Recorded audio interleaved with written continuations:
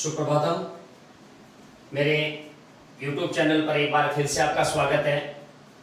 आज हम शिक्षण विधियों में प्रत्यक्ष विधि लेकर आपके समक्ष हाजिर हुए हैं। प्रत्यक्ष विधि, तो सीधे ही बिंदु पर आ जाते हैं। प्रत्यक्ष विधि जिसको डायरेक्ट मेथड भी कहा जाता है। डायरेक्ट मेथड इसलिए क्योंकि इसका प्रयोग जिस भाषा को सिखाने में किया जाता है, माध्यम भी वही भाषा होती है। यानी इस विधि से सिखाने के लिए किसी अन्य भाषा का प्रयोग नहीं किया जाता, अन्य भाषा की सहायता नहीं ली जाती, इसलिए इसको डायरेक्ट मेथड भी कहते हैं। चूंकि इसका मुख्य सिद्धांत है कि जिस प्रकार कोई बालक अपनी मातृभाषा स्वतः सुगमता से सीख लेता है, उसी प्रकार उसको अन्य भाषा भी वैसे ही माहौल में सिखाई जा सकती है। इस प्रकार इसके सिद्धांत पर आधारित होने के कारण, सुगमता से सीख लेने के कारण इसका एक नाम सुगम विधि भी है। मातृभाषा का प्रयोग वर्जित है। इस विधि की सबसे बड़ी खासियत है कि इसमें मातृभाषा का प्रयोग वर्जित है। और यह प्रश्न कई भर्ती परीक्षाओं में पूछा भी जा चुका है कि ऐसी कौन सी शिक्षण विधि है जिसमें मातृभाषा का प्रयोग वर्जित है, या मातृभाषा का प्रयोग निषेध है, या मातृभाषा का प्रयोग नहीं किया जाता है। तो उसका उत्तर है प्रत्यक्ष विधि, डायरेक्ट मेथड, जिसको सुगम विधि भी कहते हैं। एक और नाम है इसका, चूंकि जिस प्रकार बालक मातृभाषा सीखता है, उसी परिस्थिति में, उसी प्रकार की एक नियंत्रित वातावरण में वह अन्य भाषा भी सीख सकता है मातृभाषा की तरह। इसलिए इसका एक नाम सैमात्री विधि भी है। इसका एक अन्य नाम सैमात्री विधि भी है।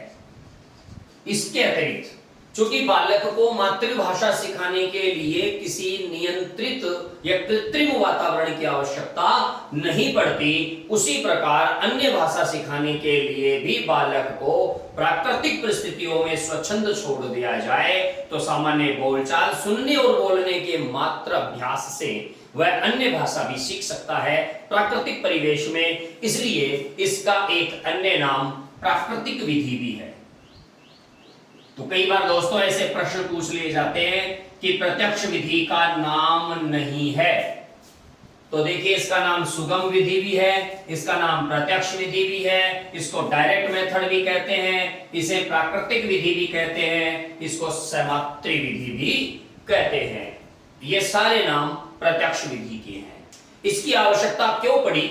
इसकी आवश्यकता इसलिए पड़ी कि अनुवाद विधि और पाठ्य पुस्तक विधि के जो दोष थे, जिसमें रटने पर, रटंत विद्या पर कह सकते हैं कि बल दिया गया, तो उसमें छात्रों का बहुत समय बर्बाद भी हुआ और जो शिक्षा सिद्धांतों के प्रतिकूल भी था, क्योंकि रटाकर किसी को हम सिखा नहीं सकते, इसलिए वो शिक्षा सिद्धांतों के प्रतिकूल था। तो उस कमी को दूर करने के लिए, अनुवाद विधि के दोषों को दूर करने के लिए प्रत्यक्ष विधि का कॉन्सेप्ट लिया गया।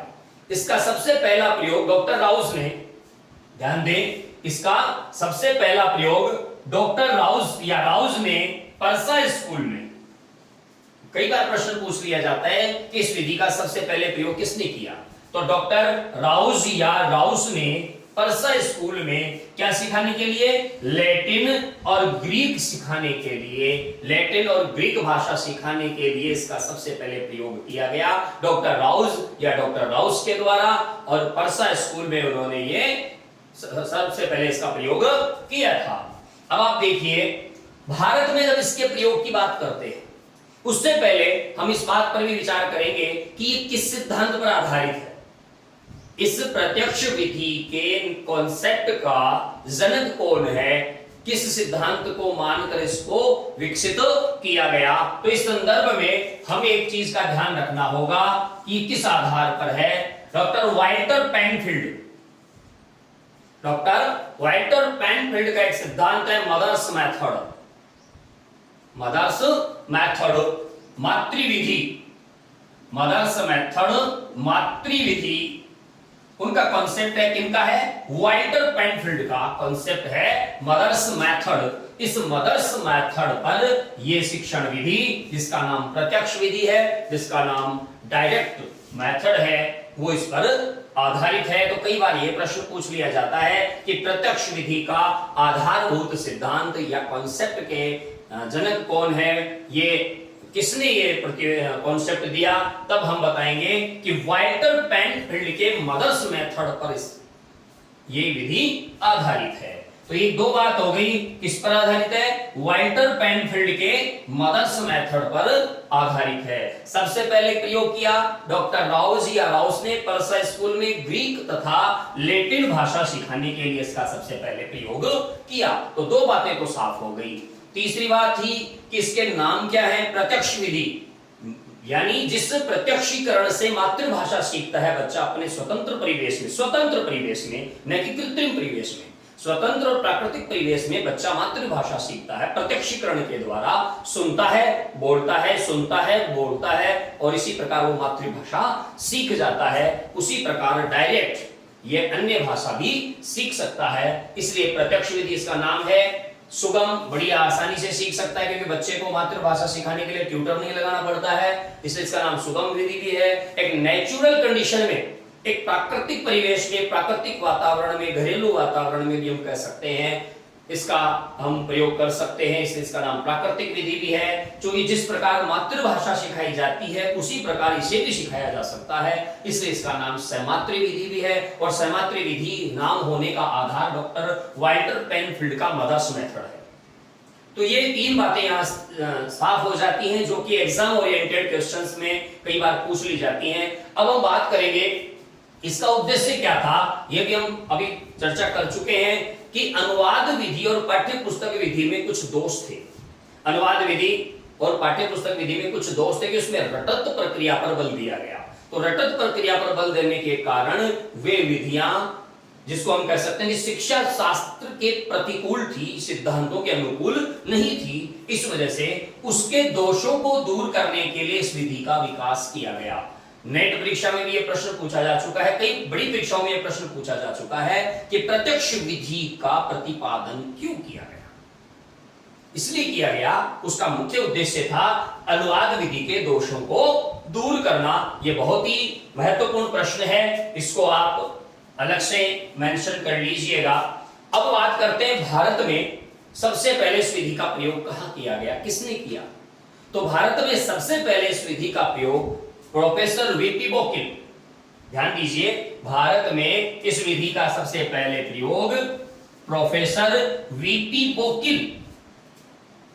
प्रोफेसर वीपी बोकिल, ये नाम जरूर याद रखिएगा, क्योंकि इनकी एक बहुत महत्वपूर्ण पुस्तक भी है शिक्षा शास्त्र पर, वो भी कई बार पूछ ली जाती है बड़ी परीक्षाओं में। तो प्रोफेसर वीपी बोकिल ने Elphinstone high school Bombay, Elphinstone high school Bombay, जिसको वर्तमान में मुंबई कहा जाता है, ये तत्कालीन बंबई था, तत्कालीन समय में ये बंबई था। तो प्रोफेसर वीपी बोकिल ने अल्फिनस्टोन हाई स्कूल बंबई में संस्कृत शिक्षा के लिए इसका प्रयोग किया था। तो देखिए इसमें कितने प्रश्न बन सकते हैं कि भारत में सर्वप्रथम इस विधि का प्रयोग किसने किया? पहला प्रश्न, प्रोफेसर वीपी बोकिल ने। प्रोफेसर वीपी बोकिल ने भारत में इस विधि का प्रयोग कहां किया, कौन से विद्यालय में किया, कहां किया? बॉम्बे। कौन से विद्यालय में? अल्फिनस्टोन हाई स्कूल बॉम्बे में इसका प्रयोग किया। तो भारत में अगला प्रश्न यह बनता है कि भारत में प्रत्यक्ष विधि का प्रयोग किस भाषा शिक्षण के लिए किया गया? तो भारत में प्रत्यक्ष विधि का प्रयोग प्रोफेसर वीपी बोकिल ने अल्फिनस्टोन हाई स्कूल बॉम्बे में संस्कृत भाषा शिक्षण के लिए सर्वप्रथम इसका प्रयोग किया था। और ये हमें बिल्कुल स्पष्ट याद रखना है, प्रत्यक्ष विधि के ये जो मैंने यहां पर आपको चीज बता रहा हूं, ये वो बातें हैं जो आपको परीक्षा में 100% प्रयुक्त होंगी, काम आएंगी और सफलता के मार्ग पर आपके एक कदम को आगे रख देंगी। तो फिर से समझिए, भारत में इसका सबसे पहला प्रयोग प्रोफेसर वीपी बोकिल ने किया, अल्फिनस्टोन हाई स्कूल बॉम्बे में किया और संस्कृत भाषा शिक्षण के लिए किया। ये तीनों चीज आप बिल्कुल स्मरण रखिएगा। और जब हम बात करते हैं कि ऐसा कहां मिलता है जिक्र, तो हम बात करते हैं प्रोफेसर वीपी बोकिल ने एक बुक लिखी है, पुस्तक लिखी है, a new approach to Sanskrit. पुस्तक का नाम है a new approach to Sanskrit. इसके लेखक है प्रोफेसर वीपी बोकिल। इन्होंने इस पुस्तक में प्रारंभिक अवस्था हेतु प्रत्यक्ष विधि को उपयुक्त माना है, यानी प्रारंभिक कक्षाओं में संस्कृत भाषा शिक्षण या अन्य भाषा शिक्षण के लिए प्रत्यक्ष विधि को उपयुक्त माना है प्रारंभिक कक्षाओं के लिए। तो ये प्रश्न भी बनता है कि डायरेक्ट मेथड अर्थात प्रत्यक्ष विधि को प्रारंभिक कक्षाओं के लिए उपयुक्त विधि मानने वाले प्रथम विद्वान कौन थे?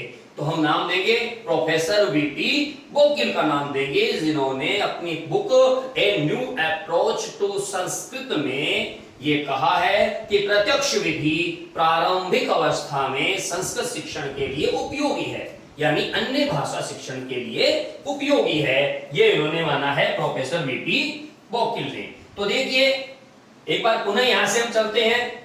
प्रत्यक्ष विधि डायरेक्ट मेथड इसका नाम अंग्रेजी में है, इसको प्राकृतिक विधि भी कहते हैं, सहमात्री विधि भी कहते हैं, इसको सुगम विधि भी कहते हैं। और यह प्रश्न सेकंड ग्रेड में भी पूछा जा चुका है। 2011 में आपका प्रश्न पत्र टटोलिएगा। इसका आधार है वाइटर पेनफील्ड की मदर्स मेथड पर आधारित यह है और अनुवाद विधि के दोषों को दूर करने के लिए इस विधि का प्रयोग किया गया है। इसका सर्वप्रथम प्रयोग किसने किया? डॉक्टर राउस या राउस ने परसा स्कूल में ग्रीक और लैटिन भाषा सिखाने के लिए इसका प्रयोग किया था। और भारत में इसका सर्वप्रथम प्रयोग प्रोफेसर वीपी बोकिल ने एल्फिंस्टन हाई स्कूल बॉम्बे में इसका प्रयोग संस्कृत भाषा शिक्षण के लिए किया गया था।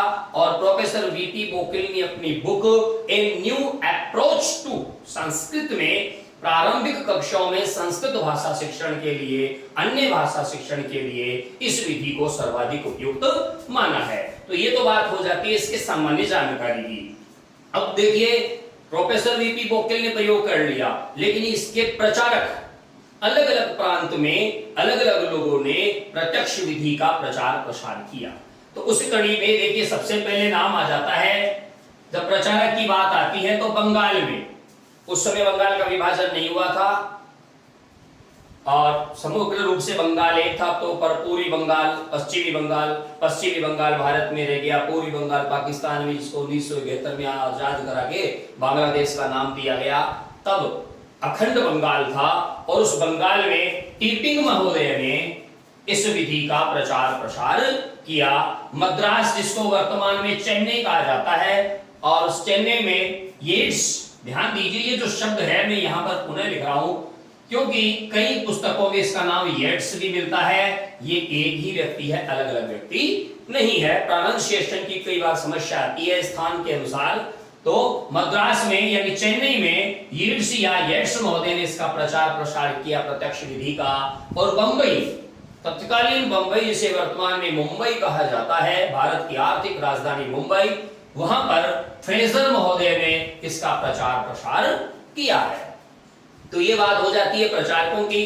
तो हम बात कर चुके हैं उसके आधार की, उसके उद्देश्य की, उसके विभिन्न नामों की। भारत में सर्वप्रथम किसने किया, कहां किया, कौन से स्कूल में किया, किस शिक्षण के लिए किया, विश्व में सबसे पहला प्रयोग कहां पे हुआ, डॉक्टर राउस या राउस ने किया, परसा स्कूल में किया, किस भाषा शिक्षण के लिए, ग्रीक लैटिन भाषा शिक्षण के लिए। ये हम चर्चा कर चुके हैं। बात करी हम प्रचारक की कि बंगाल, जिसको वर्तमान में दो भागों में जो है, पश्चिम बंगाल, पूर्वी बंगाल, बांग्लादेश, तो बंगाल में इसका प्रचार टिपिंग महोदय ने किया।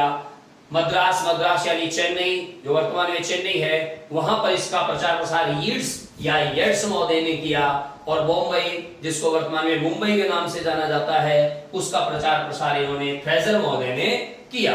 अब आप बात करते देखिए प्रक्रिया की। इस शिक्षण की प्रक्रिया क्या है? इस शिक्षण की प्रक्रिया में आपको छोटे से उदाहरण से समझाता हूं कि जो छोटा सा बालक होता है, जो अभी बोलना सीख रहा है, तब लोग, परिवार के लोग या घर के लोग जो भी हैं या आने वाले देखने वाले लोग उसके सामने ताली बजा के, ताली पीट के बा बा या माँ या पा ऐसा बोलते हैं और बच्चा होठ हिलाने की कोशिश करता है। थोड़े दिनों के बाद बच्चा बा माँ पा ऐसे शब्द बोलना शुरू कर देता है। पहले उसने ध्यान से सुना और फिर बोलने का अभ्यास किया। तो प्रत्यक्ष विधि पूरी तरह इसी मेथड पे आधारित है, यानी वार्तालाप, मौखिक कार्य पर बल, ये इसकी प्रक्रिया है। वार्तालाप से और मौखिक कार्य पर बल से ये विधि हमें अन्य भाषा शिक्षण सिखाती है। अन्य भाषा शिक्षण के लिए इसको उपयुक्त प्रारंभिक कक्षाओं के लिए माना गया है। इसका सिद्धांत क्या है? इसका सिद्धांत मैं पहले भी चर्चा कर चुका हूं कि जिस प्रकार हम अपनी मातृभाषा बिना किसी की सहायता से सीख सकते हैं स्वतंत्र परिवेश में, एक प्राकृतिक वातावरण में, उसी प्रकार हम अगर हमें वातावरण मिले, ऐसी कंडीशन मिले, सिचुएशन मिले, परिस्थिति मिले, वातावरण का निर्माण हो, तब हम अन्य भाषा भी सीख सकते हैं। इस सिद्धांत पर आधारित है। ऐसा माना जाता है, ऐसा कहा गया है कि जिस प्रकार बालक अपनी मातृभाषा स्वतंत्र परिवेश में सीख सकता है, उसी प्रकार बालक वैसे ही परिवेश में अन्य भाषा भी सीख सकता है। ये इसका मुख्य सिद्धांत है और इसमें मातृभाषा का प्रयोग निषेध है। ये इसकी सर्वाधिक महत्वपूर्ण विशेषता है। इसको आप ध्यान से अंडरलाइन कर लीजिएगा। मैं पहले भी बता चुका हूं कि इससे जुड़े प्रश्न कई बार पूछे जा चुके हैं कि ऐसी कौन सी विधि है जिसमें मातृभाषा का प्रयोग बिल्कुल नहीं होता, या निषेध है, या वर्जित है। तो ऐसे प्रश्न पूछे जा चुके हैं। तो इसमें अन्य भाषा को अन्य भाषा के माध्यम से ही पढ़ाया जाता है। अन्य भाषा को अन्य भाषा के माध्यम से ही पढ़ाया जाता है। पेन, PEN, पेन, पेन यानी कलम नहीं, PEN, पेन यानी पेन ही बताया जाता है। ये आप ध्यान दीजिए। BOY बॉय, बॉय मतलब लड़का नहीं बताया जाता, BOY बॉय यानी बॉय ही बताया जाता है। यानी वस्तुओं के प्रत्यक्षीकरण से, वस्तुओं के प्रत्यक्षीकरण से, उनके आमुखीकरण से, सम्मुखीकरण से यह भाषा सिखाई जाती है। अगर हमें पेन सिखाना होगा तो पेन की स्पेलिंग का उच्चारण किया जाएगा, बच्चा उसको लिसन करेगा, सुनेगा। स्पीक लिसन, स्पीक लिसन, इसके अलावा इसमें कोई अन्य कार्य नहीं होगा। जबकि भाषा का सिद्धांत होता है LSRW, listen, speak, read, right. LSRW, listen, speak, read, right. ये भाषा के सार्वभौमिक सिद्धांत हैं, सही क्रम है, मनोवैज्ञानिक क्रम है। इसमें केवल listen speak, listen speak, listen speak चलता है। सुनो बोलो, सुनो बोलो, सुनो बोलो। अर्थात जैसे हम सामान्य दिनचर्या में बात करते हैं, वैसे ही दिनचर्या में उनको बात करने के लिए कहा जाता है। वस्तुओं का सम्मुखीकरण किया जाता है, प्रत्यक्षीकरण किया जाता है। इसकी सबसे बड़ी समस्या यही है कि हम सब कुछ सिखा सकते हैं, लेकिन बालक को न तो इससे व्याकरण का ज्ञान करा सकते हैं और न ही इससे जो भाववाचक संज्ञाएं हैं उनका ज्ञान करा सकते हैं। तो ये देखिए सीमाएं, इसकी एक सीमाएं है, लिमिटेशन है। सीमाएं क्या है? इसमें सीमित शब्दावली का ज्ञान ही हम दे सकते, हम विस्तृत शब्दावली का ज्ञान नहीं दे सकते।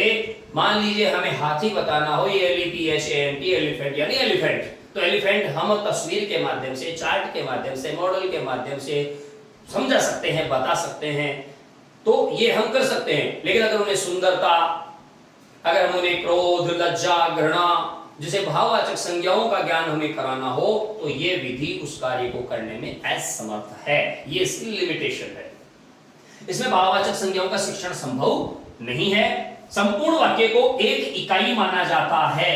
मतलब यहां पर आपको एक शब्द नहीं पढ़ाया जाएगा, एक वर्ण नहीं पढ़ाया जाएगा, पूरा का पूरा वाक्य आपको उस भाषा में बताया जाएगा और फिर उसके अलग अलग पार्ट आपको समझाए जाएंगे। यहां पर संपूर्ण वाक्य ही एक इकाई है, सबसे छोटी इकाई वाक्य है, हम उसको समझ सकते हैं। यह प्रश्न भी कई बार पूछा जा चुका है कि ऐसी कौन सी विधि है जिसमें संपूर्ण वाक्य को एक इकाई माना जाता है या एक इकाई मानकर शिक्षण कराया जाता है। तो वो है प्रत्यक्ष विधि, डायरेक्ट मेथड, प्राकृतिक विधि, समात्री विधि या सुगम विधि। अब देखिए इसमें अंतिम जो यहां पर चरण है कि वाचन लेखन गौण हो जाता है और केवल सुनने और बोलने पर बल दिया जाता है। आप सभी ध्यान रखते हैं, सबको पता है कि मनोवैज्ञानिक क्रम है LSRW। आप इसको यूं भी समझ सकते हैं, समझने के लिए लाल सिंह राठौड़ की वाइफ, लाल सिंह राठौड़ की वाइफ। तो इसका मतलब हुआ लाल यानी एल, एल का मतलब होता है सुनना, एस यानी स्पीक, लिसन सुनना, स्पीक यानी बोलना, रीड यानी पढ़ना, राइट यानी लिखना। ये चार चरण होते हैं, इसी क्रम में हो तो वो मनोवैज्ञानिक क्रम है, क्रम भिन्न हो गया तो फिर वो अमनोवैज्ञानिक क्रम माना जाता है। तो इसमें केवल एल और एस पर ही बल दिया जाता है, listen speak, listen speak, listen speak, सुनो बोलो, सुनो बोलो। यहां पर राइट, रीड और राइट यानी पढ़ना और लिखना को पूरी तरह से नजरअंदाज किया जाता है। इसलिए अगर भाषिक सिद्धांतों की बात की जाए तो भाषिक सिद्धांतों की दृष्टि से ये एक अमनोवैज्ञानिक विधि है, जिसमें संपूर्ण जो भाषिक सिद्धांत हैं, भाषाई कौशल हैं, उनका विकास संभव नहीं हो पाता है। तो ये हमें इसका ध्यान रखना है। इसके अलावा यानी कि कुछ अन्य कमियां भी हैं, अन्य दोष भी हैं, जिनमें जैसे कि समय का अभाव, क्योंकि इस प्रक्रिया में समय अधिक लगता है। सरल है, सुगम है, लेकिन समय अधिक लगता है। भाववाचक संज्ञाओं का अध्ययन हम करा नहीं सकते, व्याकरण के जो सामान्य सिद्धांत है उनका शिक्षण हम नहीं करा सकते, क्योंकि बिना व्याकरण के सिद्धांतों के ज्ञान के हम भाषा का ज्ञान प्राप्त नहीं कर सकते। और इस विधि में एक चीज और भी है कि हम अगर किसी बच्चे को वाक्य बनाना सिखाते हैं अन्य भाषा में, वो बच्चा वाक्य तभी बना पाएगा जब उसे उस भाषा के व्याकरण का प्रारंभिक ज्ञान हो। हम यहाँ तो शुरुआत ही वाक्य से कर रहे हैं, इसलिए बच्चे को भाषा का प्रारंभिक ज्ञान, व्याकरण का प्रारंभिक ज्ञान न होने से यह विधि थोड़ी सी अप्रभावी रह जाती है और इसे व्याकरण का शिक्षण भी नहीं कराया जा सकता। तो इस प्रकार से यह विधि ओवरऑल देखा जाए तो प्रारंभिक कक्षाओं के लिए अन्य भाषा शिक्षण की एक आसान विधि है। इसमें भाववाचक संज्ञाओं का हम अध्ययन नहीं करा सकते। जो व्याकरण का शिक्षण है उसमें हम व्याकरण के सिद्धांतों का अध्ययन नहीं करा सकते। इस प्रकार यह प्रत्यक्ष विधि आपके सम्मुख प्रस्तुत थी और अगले वीडियो में हम दूसरी शिक्षण विधि लेकर आपके सम्मुख हाजिर होंगे। आप हमारे YouTube चैनल को सब्सक्राइब कीजिए, लाइक कीजिए, शेयर कीजिए और हाँ, बेल आइकन दबाना न भूलिएगा ताकि हमारे लेटेस्ट वीडियो के अपडेट आपको मिलते रहे। प्रत्यक्ष विधि से संबंधित किसी भी प्रकार की कोई क्वेरी, कोई क्वेश्चन, कोई प्रश्न, कोई प्रॉब्लम आपको हो तो कमेंट बॉक्स में अवश्य सूचित कीजिएगा। आपको उसका यथोचित यथा समय उत्तर दिया जाएगा। तब तक के लिए नमस्कार। जय तु संस्कृतम, जय तु भारत।